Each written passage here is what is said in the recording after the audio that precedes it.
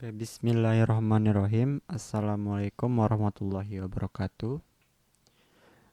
Perkenalkan, nama saya Ahmad Samsuisa dari Prodi Ilmu Komunikasi semester 5. Kali ini saya akan membawakan tema yaitu upaya islamisasi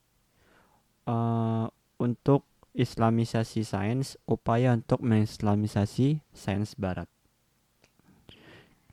Oke, yang pertama, di bab pertama ini kita akan membahas tentang the Islamization of a discipline political science, yaitu islamisasi sebuah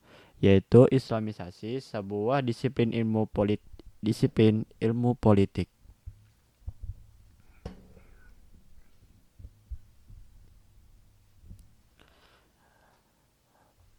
The problems facing Islamic thought are complex, but they can be best is illustrated by a consideration of a single discipline.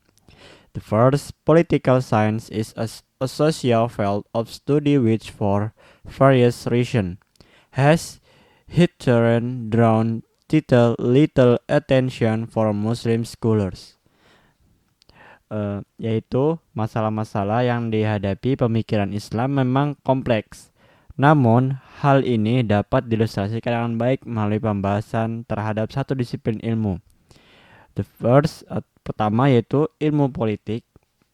Ilmu politik merupakan bidang studi sosial yang karena berbagai alasan hingga kini belum banyak mendapat perhatian dari para ulama muslim. Okay, next. The second is the historical dichotomy between the intellectual and political leadership has caused technical and unsystematic method of thought to dominate Islamic studies. Kedua yaitu dikotomi historis antara kepemimpinan intelektual dan politik telah menyebabkan metode pemikiran yang teknis dan tidak sistematis mendominasi studi-studi Islam. Ketiga, the third is this inadequate method have failed to develop a comprehensive vision capable of providing solution and alternative appropriate for the requirements of time and place to meet the challenge of progress, change and construction.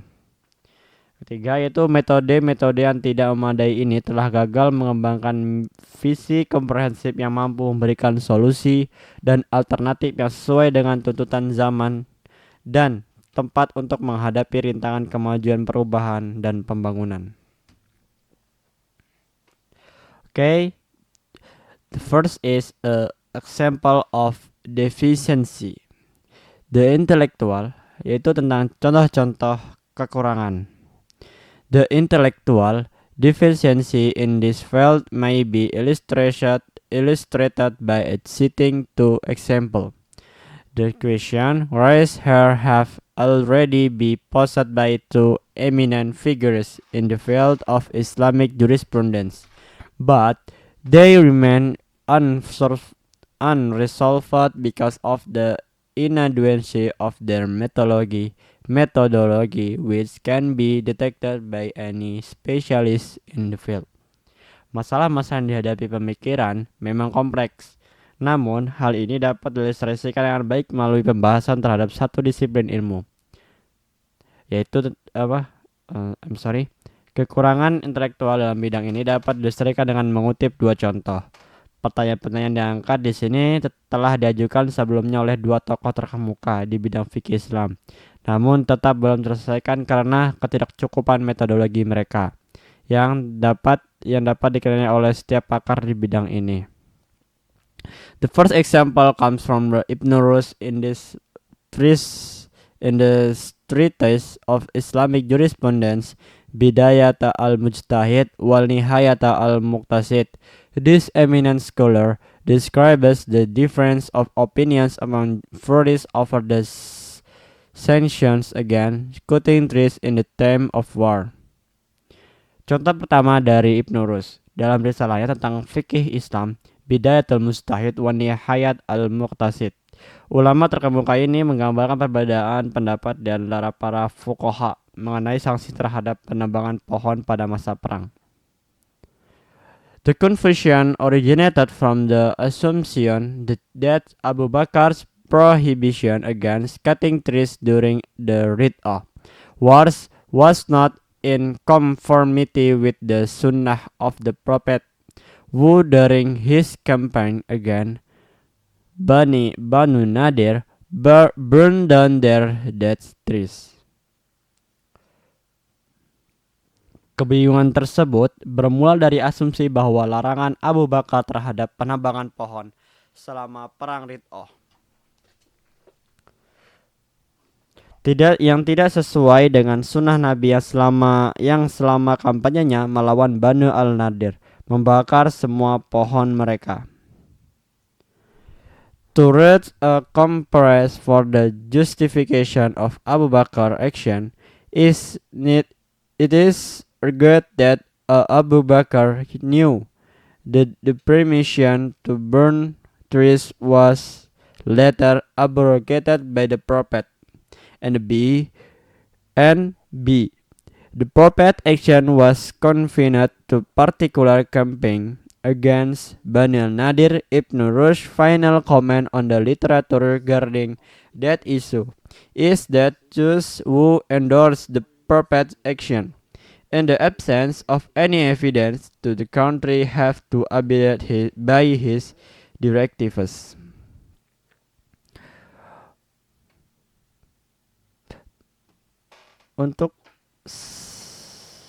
Untuk mencapai kompromi guna membenarkan tindakan Abu Bakar, dikemukakan bahwa A.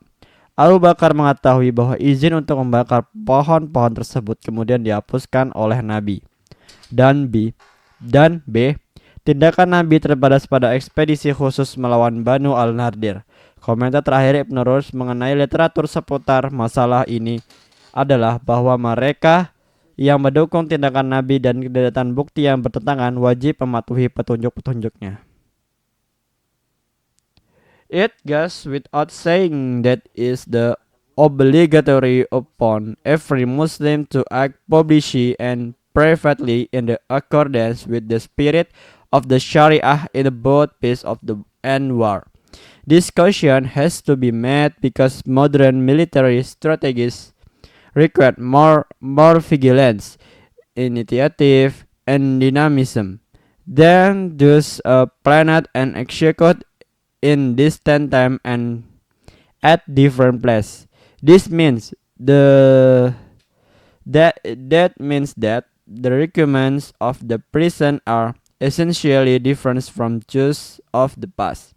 If the foregoing instance is considered in this context, it will be clear that purely theoretical but specialized and unsystematic reasoning creates false issue, and the conclusion and the tires to resolve and the consideration it has created by resorting to hypothetical substitutions.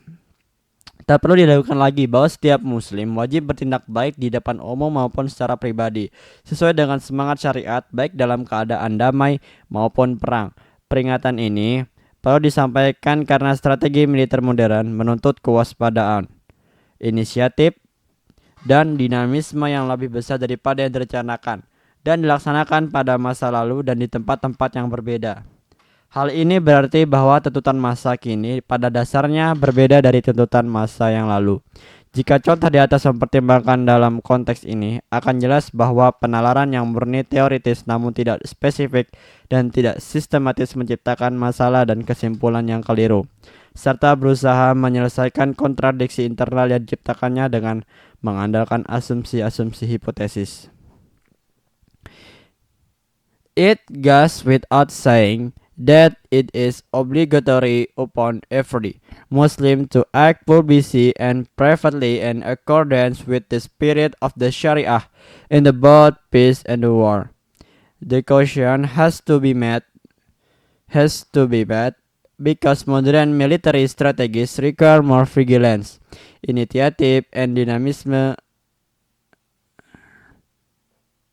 Oh, I'm sorry. The very tendency to hunt for textual quotational when considering and the nature of the stand and the policy to be adopted by the leadership to counter military challenge and resolve political conflict in self is in itself a kind of theoretical thinking which the leadership cannot practically adopt or seriously consider.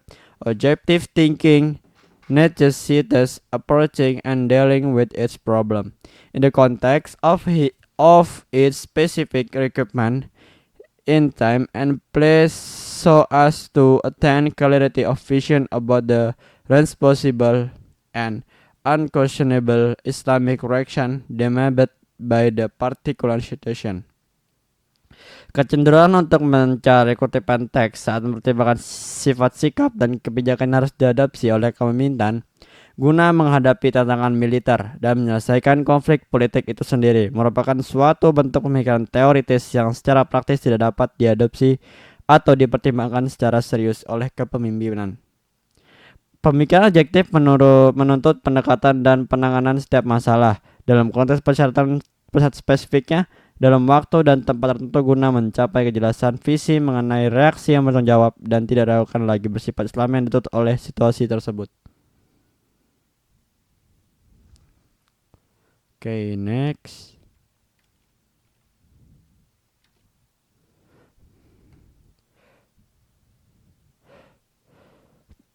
In the context of it is especially requirement time and place so as attends clarity of vision about the responsible and unquestionably Islamic reaction demanded by the particular. If we adopt such a realistic and comprehensive approach, there will be no point in making a comparison between the blockade of Banu al-Nadir, which occurred at the stage in the foundation.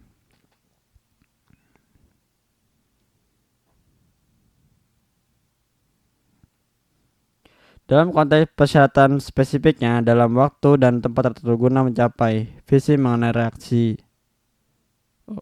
I'm sorry.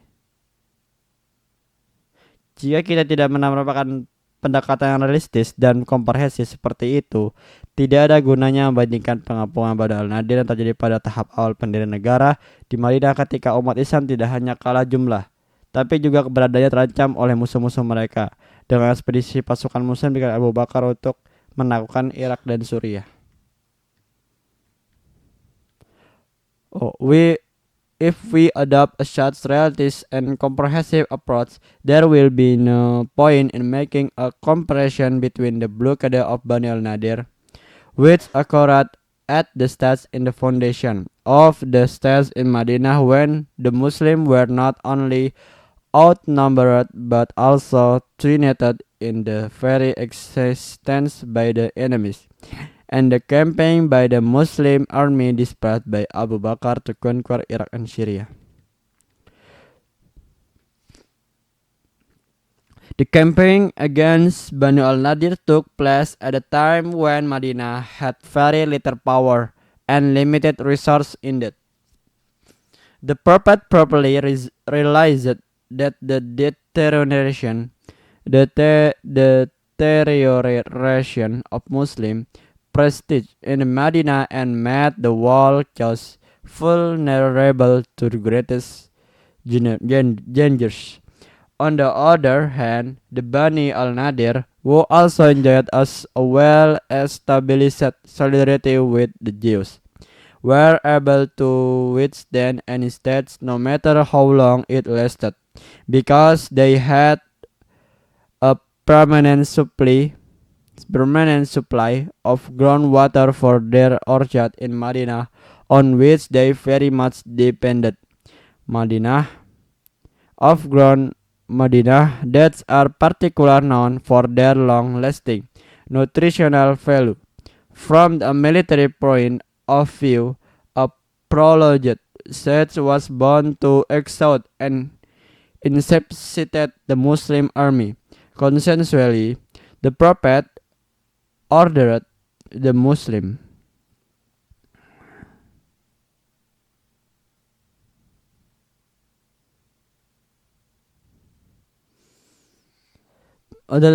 to cut down the dead trees and burn them in order to reduce the incentive for the Jews to stay in Medina and to protect and enjoy the properties, since dead trees take a long time to grow and bear fruit. The Prophet's decision also put an an put an end to the conflict in favor of Muslims without any losses. Realizing the imminent doom that might result from this strategy, Bani al-Nadir requested safe passage out of Medina and permission to take with them what they called of their belongings. The true significance of the Prophet's strategy was demonstrated by the fact the peace, tranquility, and the prosperity were eventually restored in Medina after the forced evacuation of Bani al-Nadir.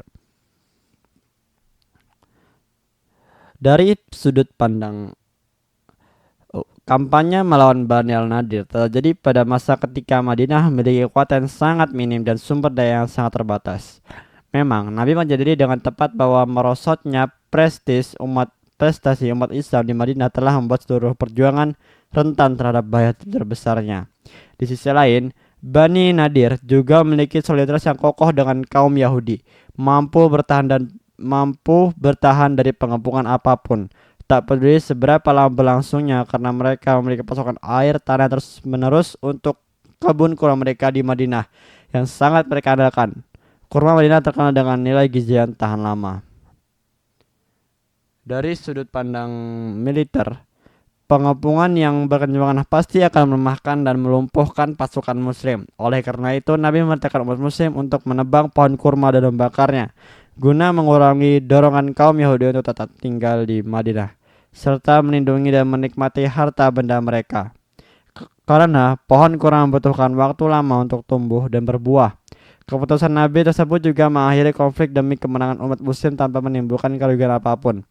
Menyadari malapetaka yang segera menimpa akibat strategi ini, Bani al-Nadir meminta jaminan keselamatan untuk keluar dari Madinah, serta izin membawa barang-barang milik mereka sebanyak yang mampu mereka bawa.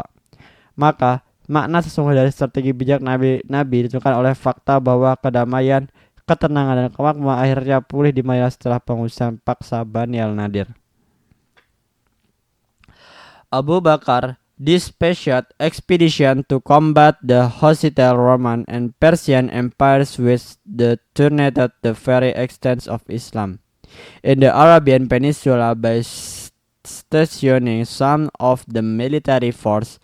The Muslim boards their armed participate all forms of atrocities, especially in Iraq and Syria, where they oppressed the inhabitants, seized the produce and possession and prohibited any worship that did not conform to their own faith.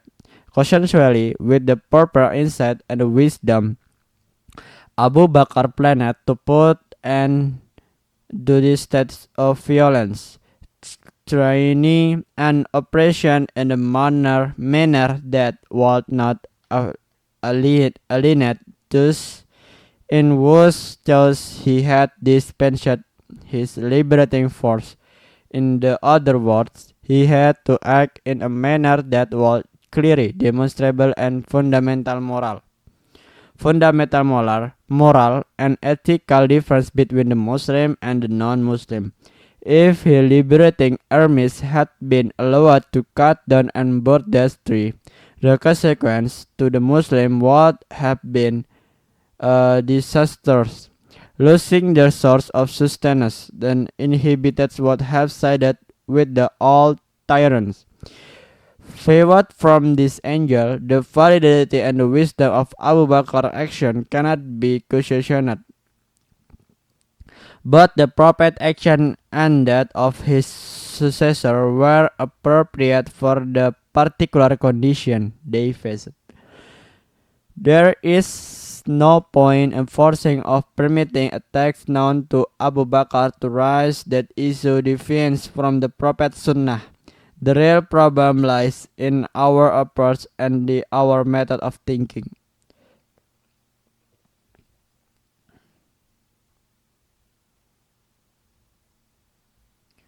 Abu Bakar mengutus ekspedisi militer untuk melawan Kekaisaran Romawi dan Persia yang bermusuhan, yang mengancam kelangsungan Islam di semenanjung Arab yang menempatkan sebagian pasukan militer mereka di sepanjang perbatasan Muslim. Pasukan-pasukan ini melakukan segala bentuk kejaman, terutama di Irak dan di Suriah, di mana mereka menindas penduduk setempat, merampas hasil panen dan harta benda mereka, serta melarang segala bentuk ibadah yang tidak sesuai dengan keyakinan mereka sendiri. Oleh karena itu, dengan wawasan dan kebijaksanaan yang tepat, Abu Bakar berencana mengakhiri keadaan kekerasan tirani dan penindasan ini dengan cara yang tidak akan dengan cara yang tepat atau dengan cara yang tidak akan menjauhkan mereka dari yang demi perjuangannya. Ia telah mengerahkan pasukan pembebasannya. Dengan kata lain, ia harus bertindak dengan cara yang jelas menunjukkan perbedaan moral dan etika mendasar antara umat Islam dan non-Muslim. Seandainya pasukan pembebasan dibiarkan menebang dan membakar pohon kurma, konsekuensinya bagi umat Islam akan sangat dahsyat dan dengan kehilangan sumber penghidupan mereka. Penduduk setempat pasti akan berpihak pada tiran lama. Dilihat dari sudut pandang ini, keabsahan dan kebijaksanaan tindakan Abu Bakar tidak dapat dipertanyakan. Baik tindakan Nabi maupun penulisnya sesuai dengan kondisi khusus yang menghadapi mereka. Tidak ada gunanya memaksakan atau mengajarkan teks yang diketahui Abu Bakar untuk mengangkat isu penyimpangan dari sunnah Nabi. Masalah sesungguhnya terletak pada pendekatan dan metode berpikir kita.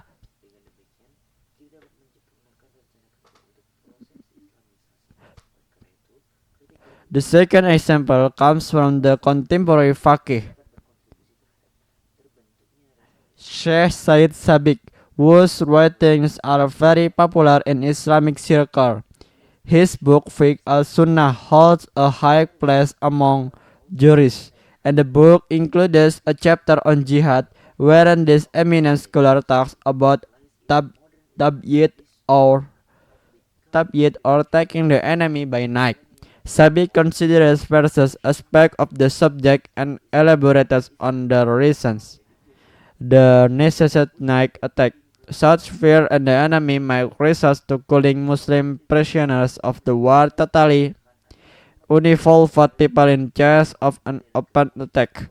He also considered the negative aspect for the Muslim, such as a killing innocent people whom the could not identify in the darkness.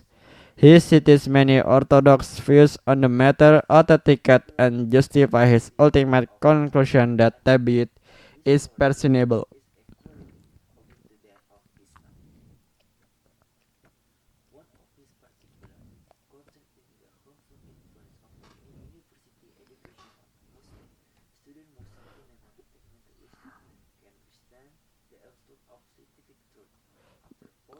Contoh kedua berasal dari seorang faqih kontemporer, yaitu Syekh Said Sabiq yang tulisannya sangat populer di kalangan Islam.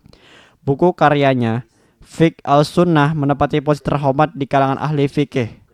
Buku tersebut memuat sebuah karyanya, Fiqh al-Sunnah, sebuah bab tentang jihad di mana ulama terkemuka ini membahas tentang tabyid atau menyerang musuh pada malam hari. Sabiq mempertimbangkan berbagai aspek dan topik ini dan menguraikan alasan-alasan haruskan dilakukannya serangan malam hari, seperti kekhawatiran bahwa musuh mungkin akan membunuh tawanan perang Muslim atau orang yang sama sekali tidak terlibat jika terjadi serangan terbuka, sama sekali tidak terlibat jika terjadi serangan yang terbuka. Ia juga mempertimbangkan aspek-aspek negatif bagi umat Islam seperti membunuh orang yang tidak bersalah yang tidak dapat mereka dalam kegelapan. Ia mengutip banyak pandangan ortodoks mengenai masa ini dan mengautentikasi dan membenarkan kesimpulan akhirnya bahwa tabyid diperbolehkan.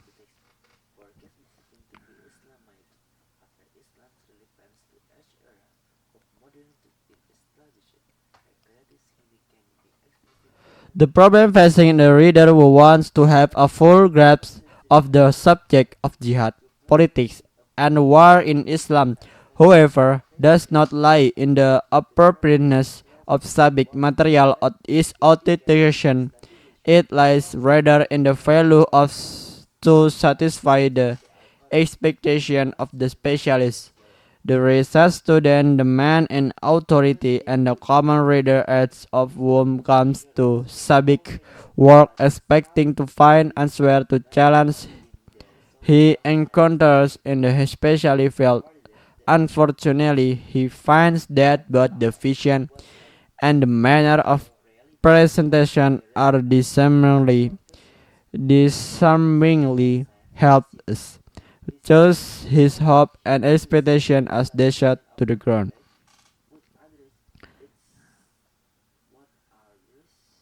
Masalah yang dihadapi pembaca yang ingin memahami secara keseluruhan topik-topik jihad, politik dalam perang dalam Islam bagaimanapun tidak terletak pada kesesuaian materi sabik atau keasliannya. Masalah justru terletak pada kegagalan dalam memenuhi harapan para ahli.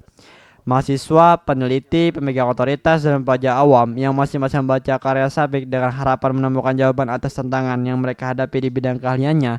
Sayangnya mereka mendapati bahwa baik visi maupun cara penyajiannya sangatlah lemah. Akibatnya harapan dan ekspektasi mereka pun hancur berkeping-keping.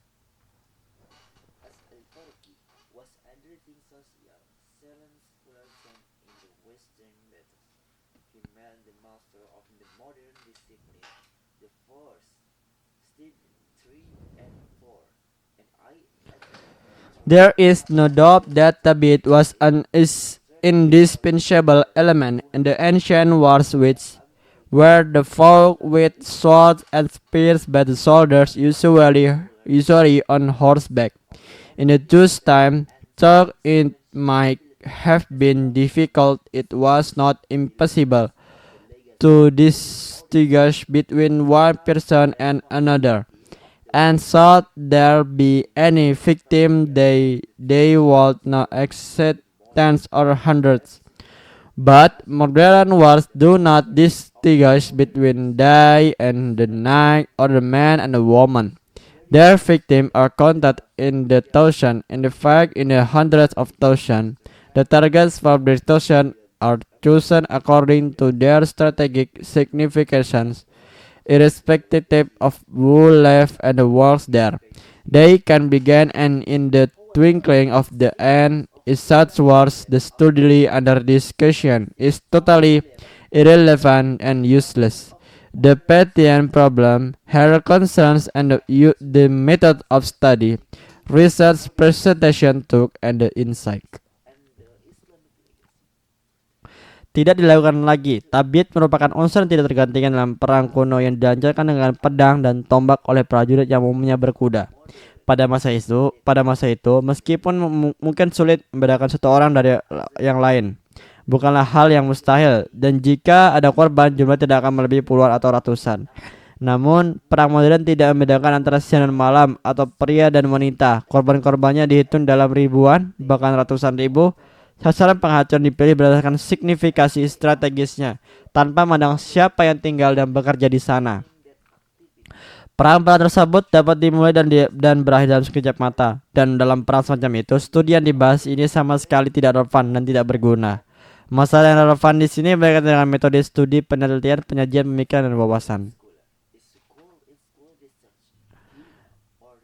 If we realize the nature of the problem affecting Islamic thought as a result of its methodological differences, we can easily understand in education of Islamic political studies.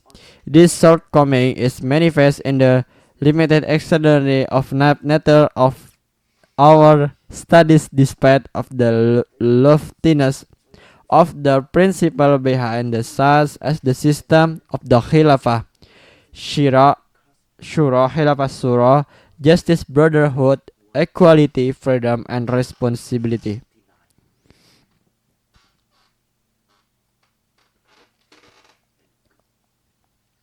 Jika kita menyadari Jika kita menjerit sifat masalah-masalah yang mempengaruhi pemikiran Islam akibat kelemahan metodologisnya, kita dapat dengan mudah mempengaruhi pendidikan Islam akibat kita dapat dengan mudah memahami ketidakcukupan studi politik Islam. Kekurangan itu terwujud dalam sifat studi-studi kita yang terbatas, kontradiktif, dan naif. Meskipun prinsip-prinsip di baliknya begitu luhur, seperti sistem khilafah syuro, keadilan, persaudaraan, kesetaraan, kebebasan, dan tanggung jawab.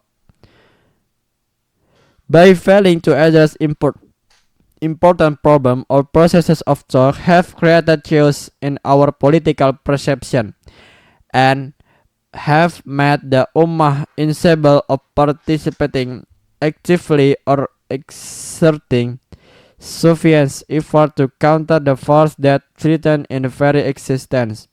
There are two types of the inequities. Karena gagal menangani masalah-masalah penting, proses pemikiran kita telah menciptakan kekacauan dalam persepsi politik kita dan membuat umat Islam tidak mampu berpartisipasi secara aktif dan mengerahkan upaya yang cukup untuk melawan kekuatan-kekuatan yang mengancam keberadaannya. Ada dua jenis ketidakcukupan.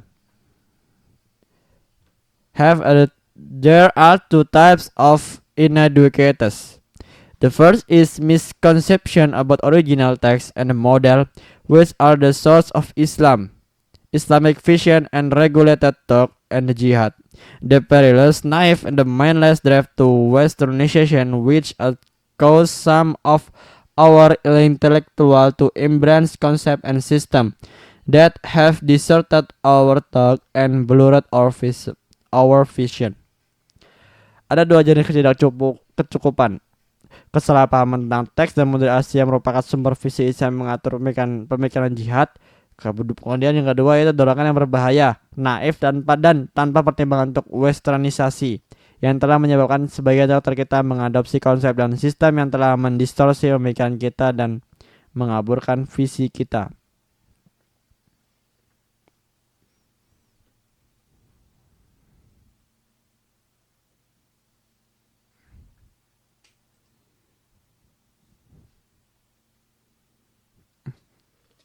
Satu dulu dah. Belum, gua masih 30 menit. Ya. Ntar katanya dikata. Udah dah. Belum selesai. Udah. Nanti sound dulu pengen gua.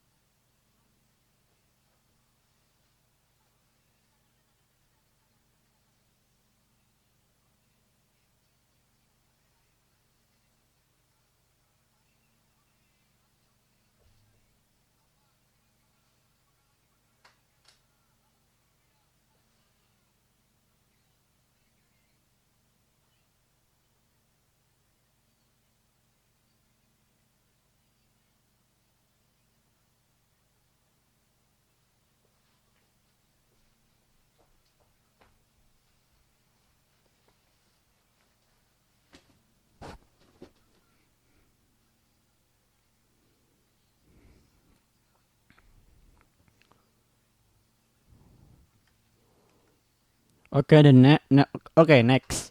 B. Al-Khilafah, a case study in the confusion. B. Al-Khilafah, studi kasus tentang kebingungan. The first, okay, one of the most misunderstood concept in the field of political science is the system of the Khilafah. Muslim scholars consider it no more than a system of autocracy. Some intellectual leaders even speak apologetically about what they call the just accredited al-mustabid al-adil. Such tendentious result from the concentration in Islam studies upon mere technical condition, such as who should be the Khilafah, who should be the heir, the pledge of allegiance, the obligation upon the Lord to follow the Sharia, and the duty of the masses to be obey him. But they fail to fathom the core of political and organizational operation. The factors and the force affecting is structural stability and the regulation that determine the choice and define the role of political the one of the choice and define the role of political and social cadres responsible for the handing over authority from the one leader to another, from the one leader to another, and from one generation to the next. Equally important is ability of these cadres to supervise the manner of decision making, the manner in which the leadership exercises authority, and the limits shall not exceed. The urgent need for these fundamental checks and the control totally accepts the attention of the writers in the discipline. Do not doubt in the dichotomy between the intellectual and the political leadership, and the greatest lack of experience, the specialization their shortcoming have resulted in the shallow thinking, unsystematic reasoning, and the simplistic perception not only of the system under consideration but also of history itself. The misconception about the Khilafah system are not baseless. First, untuk translate. Salah satu konsep yang paling sering dipahami dalam bidang ilmu politik adalah sistem khilafah. Para ulama muslim menganggapnya tidak lebih dari sistem otokrasi. Beberapa tokoh intelektual bahkan bicara dengan nada membela tentang apa yang mereka sebut sebagai otokrat yang adil, al-mustabdid al-adil. Kecenderungan semacam ini muncul akibat fokus studi Islam terlalu berpusat pada kondisi-kondisi teknis semata, seperti siapa yang seharusnya menjadi khilafah, siapa yang seharusnya menjadi pewaris, sumpah setia, kewajiban penguasa untuk mengikuti syariat, dan kewajiban rakyat untuk mematuhinya. Namun, mereka gagal memahami inti dari operasional politik dan organisasi. Faktor serta kekuatan yang mempengaruhi stabilitas strukturnya, serta peraturan yang menentukan pemilihan dan mendefinisikan peran-peran kader politik dalam sosial yang bertanggung jawab atas penyerahan kekuasaan dari satu pemimpin yang lain, dari satu generasi ke generasi yang lain. Sama pentingnya adalah kemampuan para kader ini untuk mengawasi cara pengambilan keputusan, cara kepemimpinan menjalankan kekuasaan, serta batas-batas yang tidak boleh dilampaui.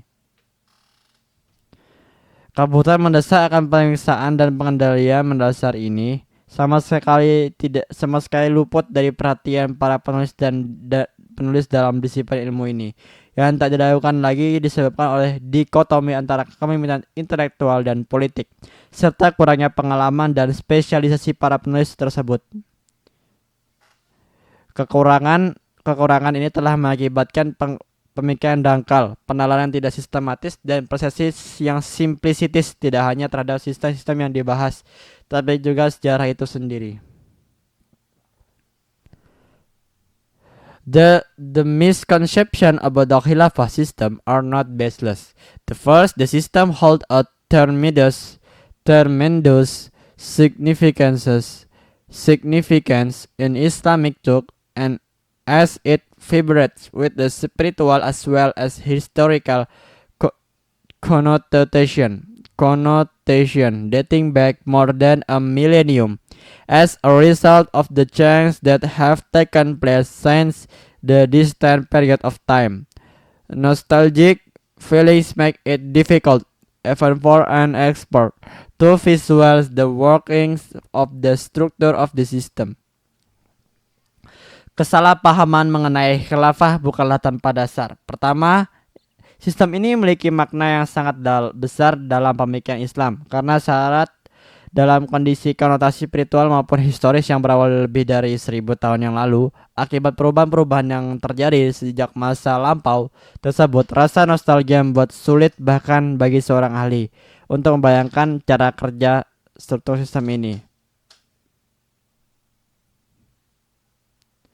Needless to say, the study of political system cannot be confined to studying the official organization, documents, and regulation of government.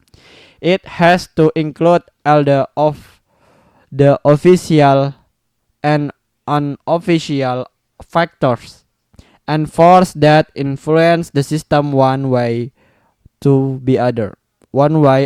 the other. In the absence of the such comprehensive approach, neither the system nor not its working can be understood. Unfortunately, the Khilafah system does not lend itself to this kind of examination. There is only a bare minimum of officially documented information about the organizational structure of the system. This insufficiency is not fault of the system itself, but a natural by a product of the primitive nature and the nature of the environment in which it originated. Before the rise of Islam, there was no complex system of monarchy of empire in the Arabian Peninsula.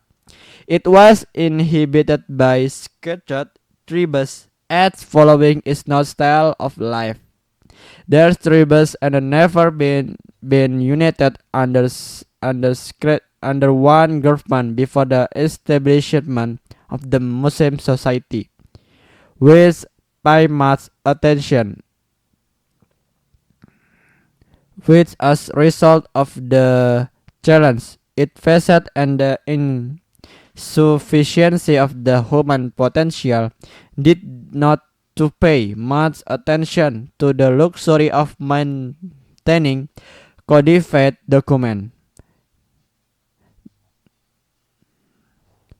Therefore, the Muslim government in Medina under the rule of the Prophet and his companion needed to do no more than lead the Ummah and administer the political and military affairs of the community for 23 years. It is no wonder, therefore, there is a scarcity of detailed information of how leaders were chosen. The campaigns who established the government inevitably considered the collective leadership. They knew about each other's competence and the commitment to cause of Islam. Each of them knew where he stood in relation to Prophet and the other companion. And this is why the nomination of Khilafah presented no difficulty at all. The mosque provided the place where the cadres of the leadership and the public consulted with each other and settled all matters relating to the welfare of Ummah. The common commitment to the cause of Islam, which characterized the leaders as well the members of public, made the system function smoothly.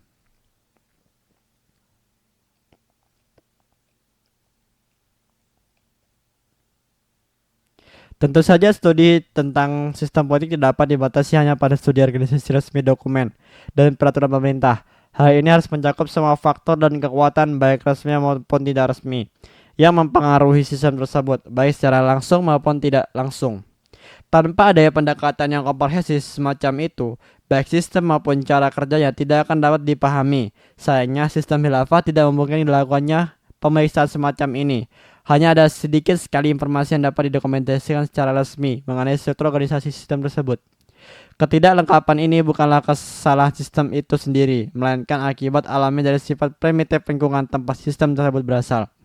Sebelum muncul Islam, tidak adanya sistem monarki atau kaisar yang kompleks di semenanjung Arab. Wilayah tersebut dihuni oleh suku-suku yang tersebar, masing-masing mengikuti gaya hidupnya sendiri. Suku-suku ini belum pernah bersatu di bawah satu pemerintahan sebelum terbentuknya masyarakat muslim. Yang akibat tantangan yang dihadapi dan keterbatasan potensi manusia tidak terlalu memprioritaskan kemewahan menyusun dokumen-dokumen yang terkodifikasi. Oleh karena itu, pemerintahan Islam di Madinah di bawah kepemimpinan para nabi dan para sahabatnya hanya perlu memimpin umat serta mengelola urusan politik dan militer masyarakat selama 23 tahun. Tak heran oleh karena itu informasi terperinci mengenai cara pemilihan para pemimpin sangatlah langka. Para sahabat yang mendirikan pemerintahan tersebut tak terelakkan menjadi kepemimpinan kolektif. Mereka saling mengetahui kompetensi dan komitmen satu sama lain terhadap perjuangan Islam. Masing-masing dari mereka mengetahui posisinya dalam kaitannya dengan Nabi dan para sahabat lainnya. Inilah sebabnya mengapa pencarian khilafah sama sekali tidak menimbulkan kesulitan. Masjid menjadi tempat di mana para pemimpin dan masyarakat umum saling bermusyawarah serta menyelesaikan segala urusan yang berkaitan dengan kesejahteraan umat. Komitmen bersama terhadap perjuangan Islam menjadi ciri khas para pemimpin maupun anggota masyarakat, membuat sistem tersebut berjalan sangat lancar.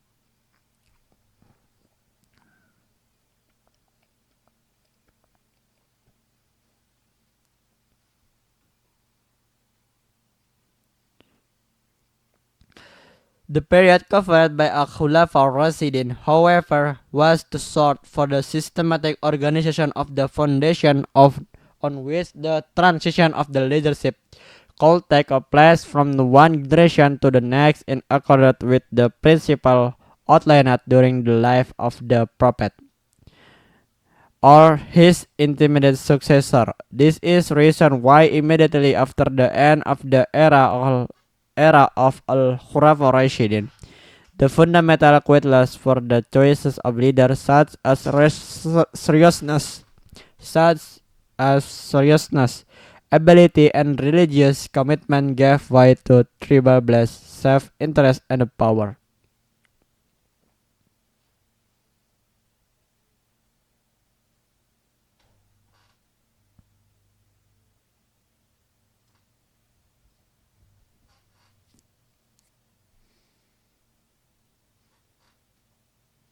Oleh karena itu, telaah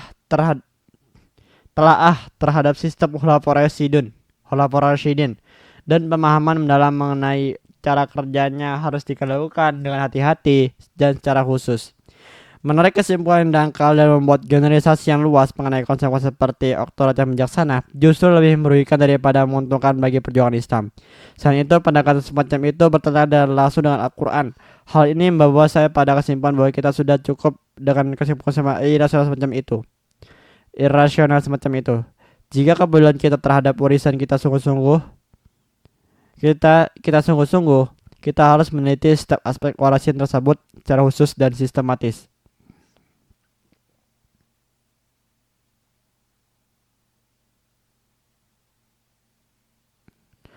Salah satu masalah yang timbul akibat pandangan yang sempit adalah kesalahpahaman.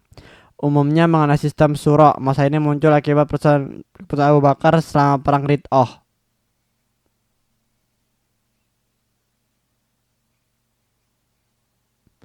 This leads me to the conclusion that we had enough of such irrational inference.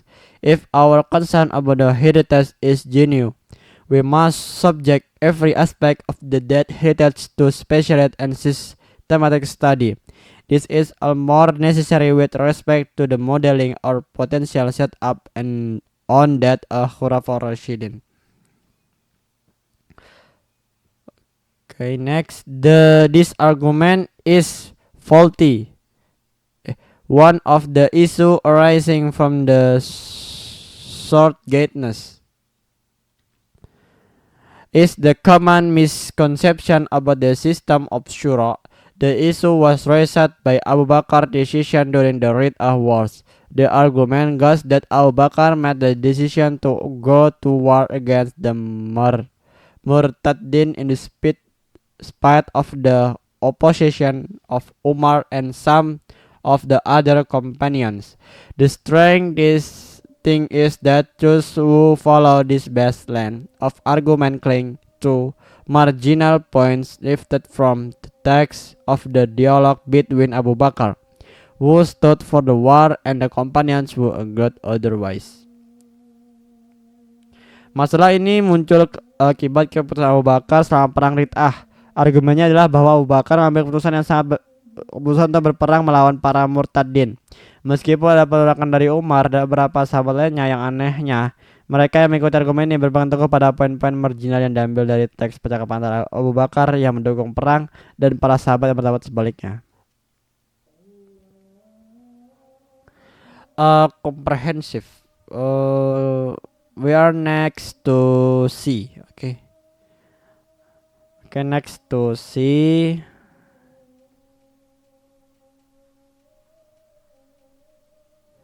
Or not, we next to the second argument.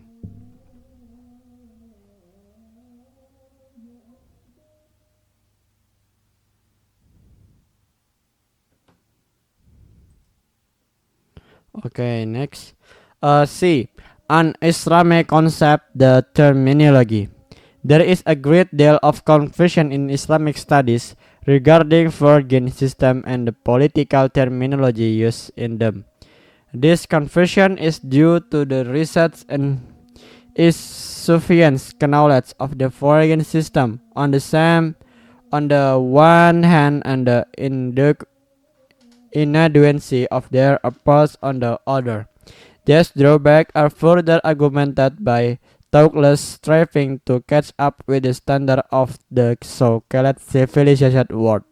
Under such pressure, research is hastily conducted and consequently not only fails to achieve the desired goals, but also adds to the confusion, lack of the discrimination, and uncertainty. C. Konsep dan terminologi yang tidak Islami. Terdapat banyak kebingungan dalam studi Islam terkait sistem-sistem asing dan terminologi politik yang digunakan di dalamnya. Kebingungan ini disebabkan oleh kurangnya pengetahuan para peneliti mengenai sistem-sistem asing di satu sisi dan ketidakcukupan pendekatan mereka di sisi lain. Kelemahan-kelemahan ini semakin diperparah oleh upaya yang dilakukan tanpa pertimbangan matang untuk mengerja standar yang ditetapkan oleh apa yang disebut dengan dunia yang beradab.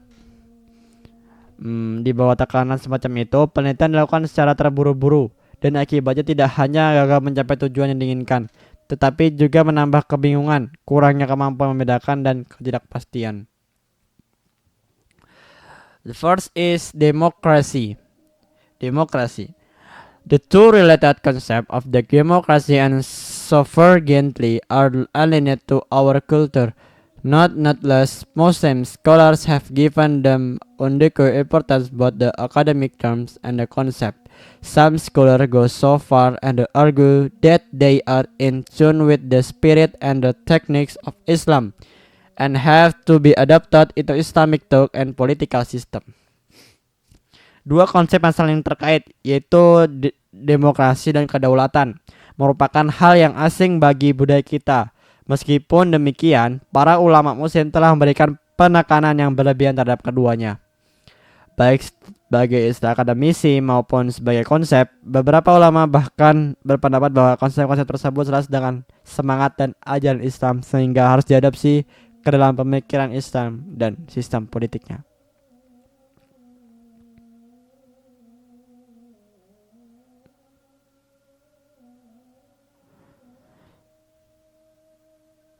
This is the reason why concepts such a majority democracy. Oh no. There is no doubt that there are some apparent similarity between the concept and the overall spirit of Islam. Unfortunately, this concept contains an Islamic element which our scholars have failed to detect.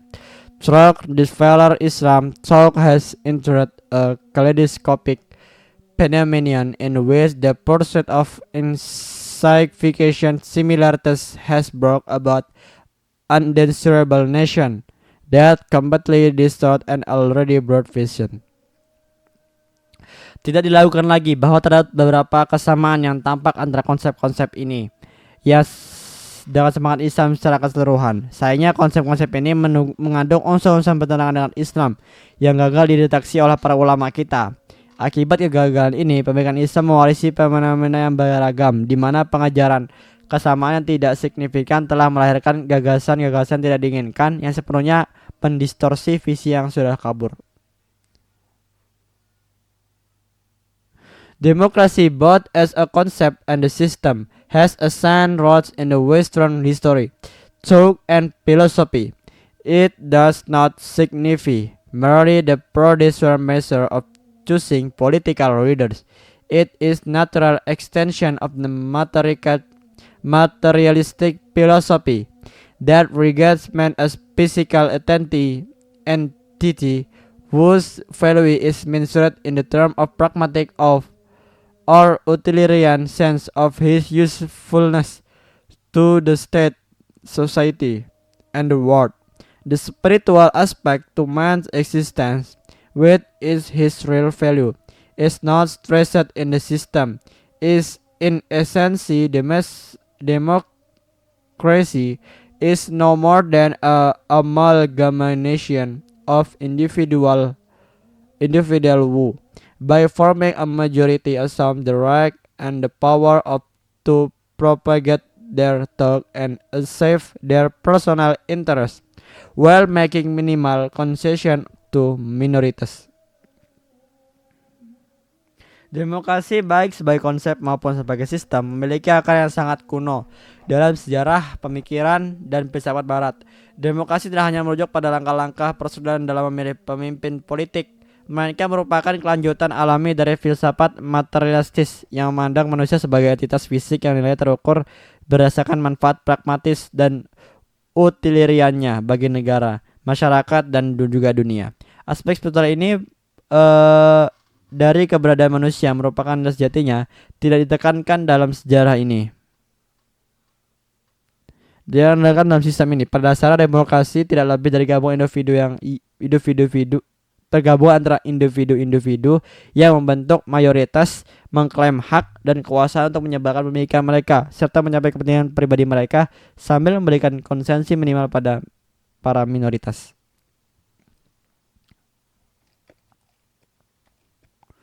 Okay, next. We next to the sovereignty or keadilan or kedaulatan. 2. Sovereignty. Some Muslim scholars have introduced the concept of sovereignty into Islamic thought, arguing that the pledge of loyalty by individual person to the Khilafah confers sovereignty on the Ummah. Others disagree with this view on the ground and the says definitely relevant knowledge is the only source of the Sharia. No mortal can be visited with the such power. Just the term sovereignty applies to Allah alone. In my opinion, any debate on the demerits on this term with the intention of adopting or rejecting it does not service no Islamic thought, is distorts rather than clarifies the vision. Beberapa ulama muslim telah memperkenalkan konsep kedaulatan ke dalam pemikiran Islam dengan berargumen bahwa jika setia individu kepada khalifah memberikan kedaulatan kepada umat Islam. Yang lain tidak sependapat dengan pandangan ini dengan alasan bahwa karena pengetahuan yang diwahyukan oleh Allah adalah satu-satunya sumber syariat, tidak ada manusia yang dapat diberi wewenang semacam itu. Dengan demikian istilah kedaulatan hanya berlaku bagi Allah semata. Menurut pendapat saya, perdebatan apapun mengenai kelebihan atau kekurangan istilah ini dengan tujuan untuk mengadopsinya atau menolaknya, tidak memberikan manfaat pada pemikiran Islam. Hal ini justru mendistorsi dan bukan memperjelas visi tersebut. Kedaulatan adalah konsep yang barat yang berakar kuat pada dalam evolusi bertahap sistem barat. Sovereignty is the Western concept, deeply rooted in the gradual evolution of the Western system. On the all accession it was resorted to in the order to determine who should be entrusted with the responsibility of decision making in the fields of politics and the legislation. In the first emerged during the confrontation between the monarchy and the feudal lords who gained power by the uniting during the emergence of the European nationalist states.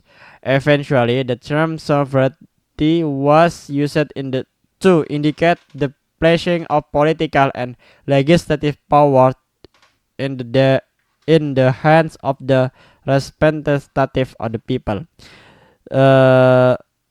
This became politically evident after the broadening of political participation and the emergence of the new class, which sought to achieve position of influence within the competing industrial and commercial communities.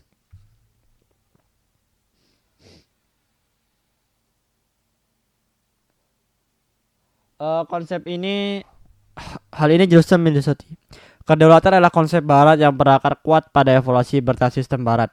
Konsep ini selalu digunakan untuk menentukan kepada siapa yang tanggung jawab pengambilan keputusan di bidang politik dan perundang-undangan. Harus dipercayakan. Konsep ini pertama kali muncul selama konfrontasi antara monarki dan para penguasa feodal yang memperoleh kekuasaan melalui persatuan mereka pada masa munculnya negara-negara nasionalis Eropa. Akhirnya istilah kedaulatan digunakan untuk menunjukkan penempatan kekuasaan politik dan legislatif di tangan wakil-wakil rakyat.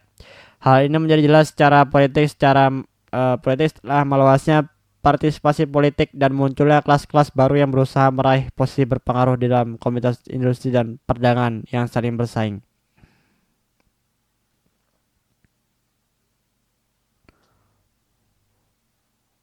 Okay, we next to the tree. We next to tree. The tree is separation of the crowns and the state.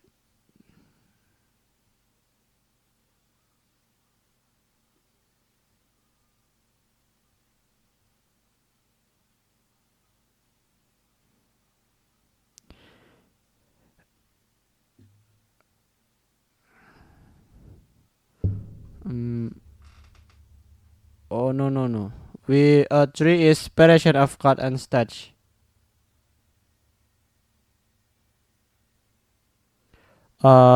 In the meaning is pemisahan agama dan negara.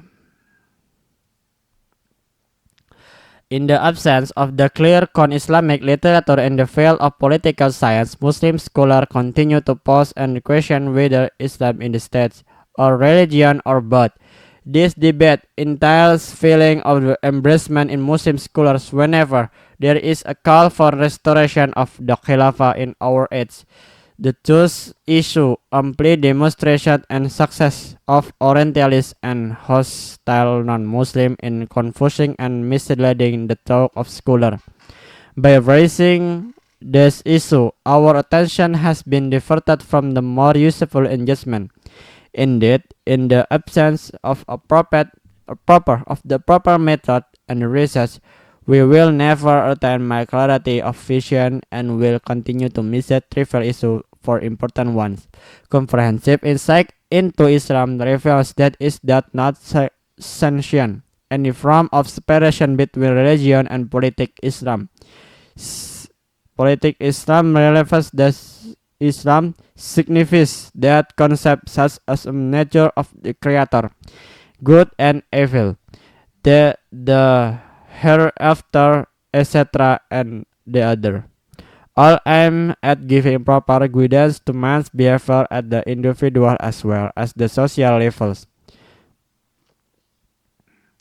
Karena belum adanya literatur Islam yang jelas dan tegas di bidang ilmu politik, para ulama muslim terus menanyakan apakah Islam merupakan sebuah negara, sebuah agama, atau keduanya. Pendapat ini menimbulkan rasa canggung di kalangan para ulama muslim setiap kali ada seruan untuk mengembalikan khilafah di zaman kita ini. Kedua isu ini jangan jelas menunjukkan keberhasilan para orientalis dan non-muslim yang bermusuhan dalam membingungkan dan menyesatkan pemikiran para ulama.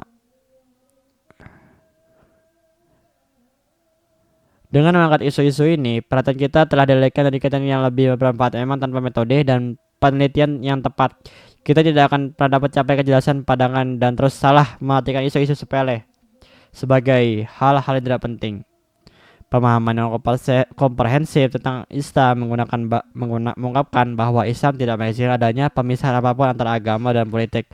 Islam menegaskan bahwa konsep-konsep seperti sifat sang pencipta, kebaikan, kejahatan, akhirat, dan sebagainya semua bertujuan untuk memberikan bimbingan yang tepat terhadap perilaku manusia, baik pada tingkat individu maupun sosial. This point is too obvious to be elaborated upon, but the fact remains there are conditions which have resulted in unnecessarily prolonged and future discussions on the preceding times. The conditions are the non-Muslim distorted picture of Christianity, Muslim awareness of the crisis knowledge, and the Muslim dissatisfaction with the existing system and the urgent desire to find an easy way out of the crisis. Hal ini terlalu jelas untuk dijelaskan lebih lanjut dan menau. Faktanya tetap ada beberapa kondisi yang telah menyebabkan perdebatan yang berlarut dan sia-sia mengenai tema sebelumnya.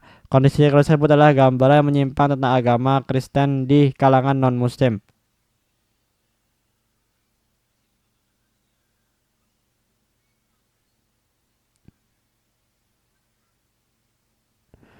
Distort a picture of Christianity. Kesadaran umat Islam akan krisis pengetahuan serta ketidakpuasan umat Islam terhadap sistem yang ada dan keinginan mendesak untuk menemukan jalan keluar yang mudah dari krisis tersebut. Muslim awareness of the crisis of knowledge and the Muslim dissatisfaction with the existing system and the urgent desire to find easy way out the crisis. Maybe this is for me. If you find the false, I say sorry. Is you find the true atau menemukan jika kalian menemukan kesalahan dari saya, mungkin saya bisa minta maaf di tugas saya. Jika ada kebenaran, mungkin itu dari para peneliti, dari Allah hanya semata. Sekian dari saya, terima kasih. Wassalamualaikum warahmatullahi wabarakatuh.